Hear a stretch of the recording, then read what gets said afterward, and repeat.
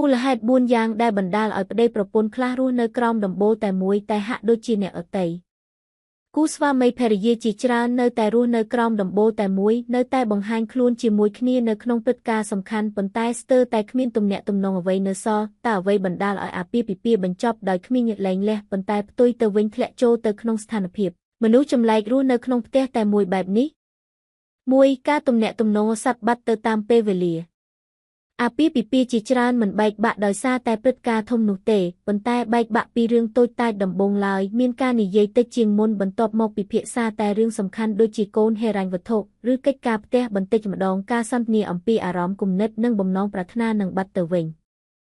នៅពេលដែលការទំនាក់ទំនងថយចុះជំងឺផ្លូវចិត្តចាប់ផ្ដើមបង្កើតមនុស្សពីរនាក់អាចអង្គុយនៅទល់តែមួយម្នាក់រវល់តែទូរស័ព្ទការងារឬពិភពលោកផ្ទាល់ខ្លួនរបស់ពួកគេភាពស្ងៀមស្ងាត់ដ៏យូរនេះបណ្ដាលឲ្យអារម្មណ៍ស្និទ្ធស្នាលរសាត់បាត់បន្តិចម្ដងវាគួរឲ្យកត់សម្គាល់ថាមនុស្សជាច្រើនមិនបានដឹងពីភាពធ្ងន់ធ្ងរនៃបញ្ហានេះទេពួកគេបន្តជឿថាជីវិតគឺធម្មតារហូតដល់ពួកគេដឹងថាពួកគេលែងដឹងពីអ្វីដែលដៃគូរបស់ពួកគេកំពុងគិតត្រូវការឬកំពុងឆ្លងកាត់2ស្នាក់នៅដើម្បីការទទួលខុសត្រូវជាងស្នេហាមិនមែនគ្រប់គ្នាសុទ្ធតែជ្រើសរើសការលែងលះគ្នានៅពេលដែលស្នេហាត្រជាក់ចុះនោះទេមនុស្សជាច្រើនបន្តអាពាហ៍ពិពាហ៍ដើម្បីជាប្រយោជន៍ដល់កូនឪពុកម្ដាយឬការទទួលខុសត្រូវដែលត្រូវបានភ្ជាប់គ្នាអស់រយៈពេលជាច្រើនឆ្នាំក្នុងករណីនេះអាពាហ៍ពិពាហ៍ក្លាយជាការរៀបចំដែលមានស្ថិរភាពជាងទំនាក់ទំនងដ៏សម្បូរបែបខាងអារម្មណ៍ដៃគូទាំងពីរបំពេញកាតព្វកិច្ចរបស់ពួកគេប៉ុន្តែលែងវិនិយោគលើការចិញ្ចឹមបីបាច់ទំនាក់ទំនងរវាងស្វាមីភរិយាទៀតហើយយូរទៅការទទួលខុសត្រូវជួយរក្សារូបរាងខាងក្រៅរបស់គ្រួសារប៉ុន្តែបើគ្មានការយកចិត្តទុកដាក់និងការរាប់អានទេទំនាក់ទំនងនឹងធ្លាក់ចូលទៅក្នុងស្ថានភាពរួមរស់ជាមួយគ្នាតែបែបជួយគ្នាច្រើនជាងការស្រឡាញ់នេះជាមូលហេតុដែលគូស្វាមីភរិយាជាច្រើនមិនលែងលះគ្នាប៉ុន្តែក៏លែងមានអារម្មណ៍សប្បាយរីករាយទៀតដែរ3របួសអតីតកាលដែលមិនទាន់ដោះស្រាយជម្លោះគឺជាមិនរួចនៅក្នុងអាពាហ៍ពិពាហ៍ទោះជាយ៉ាងណាក៏ដោយបញ្ហាស្ថិតនៅត្រង់ការពិតដែលថាគូស្វាមីភរិយាជាច្រើនជ្រើសរើសមិនអើពើនឹងវាជំនួសឲ្យការប្រឈមមុខនឹងដោះស្រាយវា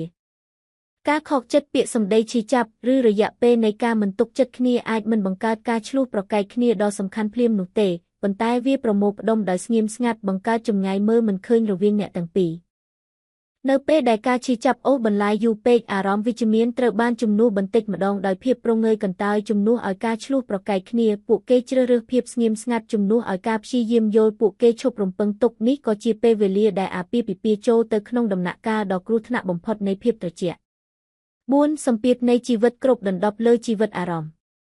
ការងារហិរញ្ញវត្ថុកូននិងការទទួលខុសត្រូវជាច្រើនទៀតធ្វើឲ្យមនុស្សជាច្រើនស្ទើរតែគ្មានពេលសម្រាប់អាពាហ៍ពិពាហ៍របស់ពួកគេរាល់ថ្ងៃគឺជាវដ្តនៃសម្ពាធនិងកាតព្វកិច្ច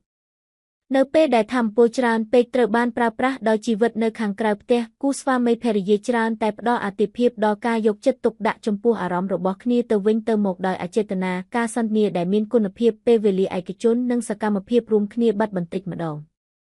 ផលវិបាកគឺថាទំនាក់ទំនងក្លាយជារឹងអ្នកទាំងពីរក្លាយជាដៃគូដែលគ្រប់គ្រងគ្រួសារជាជាងគូស្នេហ៍និងដៃគូ